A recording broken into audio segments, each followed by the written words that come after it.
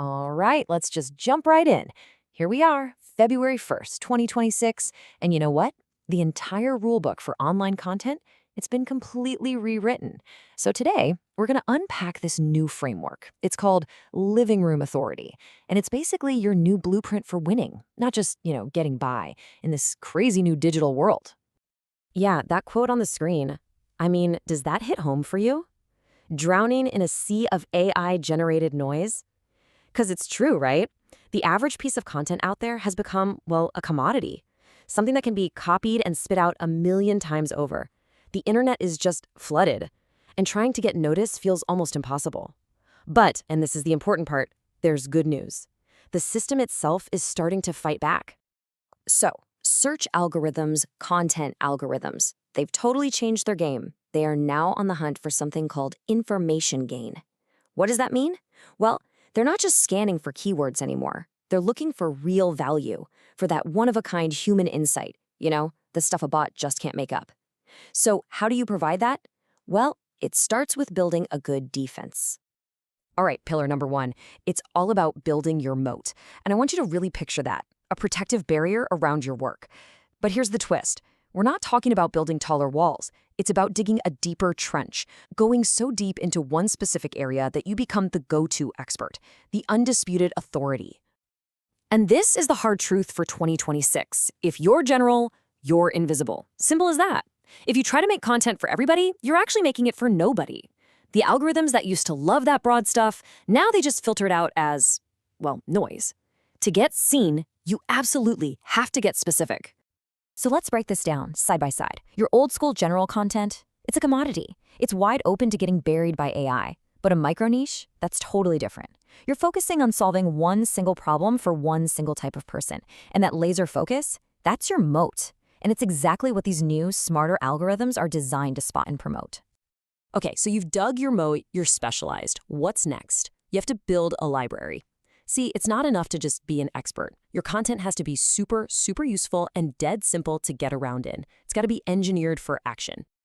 And this requires a huge shift in how you think about your channel. A social feed, that's for mindlessly scrolling, right? A knowledge hub is for someone who has a problem and needs an answer now. It's all about respecting your audience's time. You're not just making a stream of videos, you're building a library of solutions. So this is what the ideal journey looks like for your viewer. It starts with a problem they have, they search for a solution, and bam, they find your channel. And then, and this is key, they use tools like chapter timestamps to instantly find the exact piece of info they need. They get their payoff, that answer, before they even think about clicking away. It's all about delivering that value in a heartbeat. Okay, this next part, this brings us to pillar number 3. And honestly, this might be the most important one of all. It's the one thing that AI, no matter how smart it gets, can never, ever copy. And that's real, genuine human authenticity. This right here should be your mantra for 2026. Show proof, not just claims. I mean, anybody can say something works, but showing your work, showing the messy, behind-the-scenes process, the actual results, that is how you build trust that can't be broken. And there's actually a cool term for this. Authenticity arbitrage. What it really means is that you gain a huge advantage when you realize something in a world full of perfectly polished AI-generated content. Your raw, unscripted human screw-ups and successes are your single most valuable asset. Being real is now worth more than being perfect. And look, this isn't just some fluffy, feel-good idea. We're talking hard data here.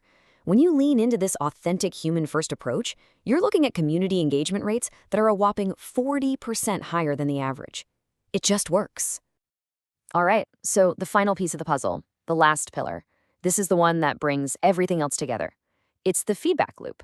This is where you make the big switch from just talking at your audience to actually building with your audience. It's called the community intent loop. And the idea is so simple, it's almost revolutionary. Stop guessing what your audience wants. Just ask them. You create a system that lets you tap right into their problems, their needs, their questions. You let them steer the ship. So what does this look like in the real world? Well, creators are using things like community polls and tabs to just ask, hey, what should I make next? People vote, they suggest topics. Then the creator goes and builds the exact thing the community asked for. What happens? Your audience goes from being just passive subscribers to being actual collaborators. They're invested. And really, that's the whole point. That's the big takeaway. You build that moat by getting specific. You build that useful library. You lean into being a real human. That's your foundation. But when you plug in that community loop, your whole channel transforms. It goes from being a monologue, you talking, to a real dialogue, a conversation. So it leaves us with this massive question, doesn't it? In this new world we're entering, is the next big thing, the next big creator, even a single person?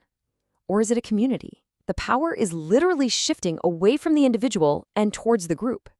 And honestly, that's a future I can't wait to see unfold.